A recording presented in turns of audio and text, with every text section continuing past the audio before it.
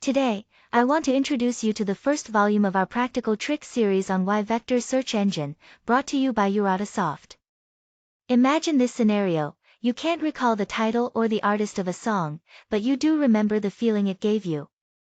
Traditional search engines rely on keywords, but with vector search, we go beyond words, searching for meaning and the underlying why.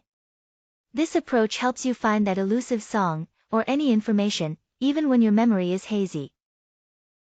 This is a granted Japanese patent, number 7,859,641, for the vector search engine. What makes it unique are three key properties. First, it searches by meaning, not just by the words themselves.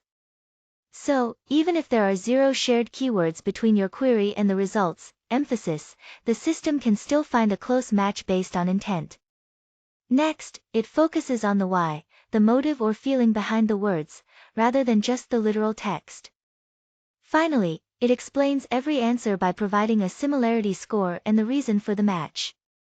For example, if you search for something warm to wear, it might return down jacket, even though no words overlap, because the meaning aligns closely. This approach makes the search smarter and more intuitive. For this case, our goal is finding a song from a hazy memory. The only data you need to prepare is a simple text file named input.txt. Inside, you'll list about 10 songs, each with a title and a brief description capturing the mood and the situation when you'd want to hear it. For example, one might be First Love, described as a ballad for those quiet moments when you're reflecting on a past love, wrapped in a wistful piano and voice. Another might be Lemon, evoking the bittersweet feeling of someone gone but still very present in your dreams. Importantly, no lyrics are included, just your own words to keep it copyright safe. This makes the data straightforward and flexible. You can use any format as long as it's a heading and a description without special formatting. Emphasis: this approach keeps things simple but powerful, setting us up to use vector search effectively. Here are just 3 simple steps to perform our search. First, we extract the why. This means pulling out only the core reason you'd want to hear a song from each description. Next, we vectorize, which is converting those words into coordinates, essentially a row of numbers that a computer can work with. Finally, we search by finding the closest song to the query and then explain why it's the best match. The key point here is that the code itself never changes with the subject, just swap out the input file and you can search songs, films, or anything else. This is the main.rs file, which I like to call the receptionist because all it does is direct traffic. It starts by reading the command line argument, then depending on what it finds, it routes to one of 3 different jobs. If the argument is why, it runs the extractor, vec runs the vectorizer, and query runs the search function. The logic here is straightforward and simple. There's no complex processing happening in this part of the code. It's just a clean, easy way to manage which part of the program runs based on user input. Here we have the code walkthrough for y_extract.rs, which is, emphasis, the specialist that pulls out only the why from our data. First, it reads the input text file, then asks GPT-4 to extract just the motive or feeling behind each song description. For example, phrases like, on a rainy night, or, remembering a lost love, capture the essence, the why, that motivates listening. Finally, this extracted information is saved as a JSON file with a unique identifier, preparing it for the next step in our process. Here we dive into the code walkthrough of vectorize_y.rs, the emphasis magic that turns words into map coordinates.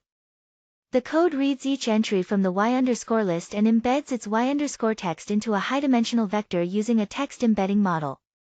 This process transforms phrases like wistful and aches in the chest into nearby points on the map, because the closer their meanings, the closer their coordinates. Finally, all these vectors are saved into vector_output.json, so the entire dataset is ready for efficient vector search. Now, let's walk through the core part of the code, query_y.rs. Here, the question itself is converted into a vector, essentially coordinates in space, using an embedding model. Then, we calculate the cosine similarity between this question vector and every song vector in the corpus to find the closest song. What's really powerful here is that the closest song is identified purely based on this similarity metric, even if the question and the song don't share any exact words. Finally, the AI uses GPT-4o to explain why it chose that particular song, providing a clear and understandable reason behind the selection. This explanation capability is the key highlight of the patent, bringing transparency and practical insight to the vector search process. Here we have a live test to see if it can really land. We ask a query based solely on a feeling, lyrics about still searching in a dream for someone I can't meet again. The system responds with the song Lemon by Kenshiro Yonezu, with a similarity score of 0.87. Emphasis: what's remarkable here is that no actual lyric words were entered, just the feeling itself led to this identification. The reason behind this is that phrases like, someone I can't meet again, and, searching in a dream, closely map to themes of unforgettable feelings and lingering grief in the song's lyrics. This really showcases the power of the vector search engine in capturing the essence behind the words. All the code we've gone through today is available on GitHub at github.com/nextgenai-coder. To run the same experiment on your own, you'll need a Rust toolchain, which includes the Cargo Package Manager, and an OpenAI API key. The great part is, you don't have to modify any code, just replace the input.txt file with text from any genre you want to explore. Then, simply run the 3 commands in order, and you're set. This makes it really easy to experiment and see results quickly. Thank you for watching this presentation. Next up in Volume 2, we'll explore how to find a film or anime just from a fragment of its plot, which is really exciting. If you found this useful, please subscribe and hit like so you don't miss the rest of the series.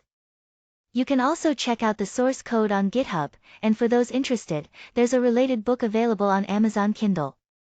Additionally, we offer a ready-to-run AMI on AWS Marketplace for easier setup. This project is backed by our patented vector search engine technology, under JP patent number 7859641, developed by Urata Soft Company, Limited. Thanks again, and stay tuned.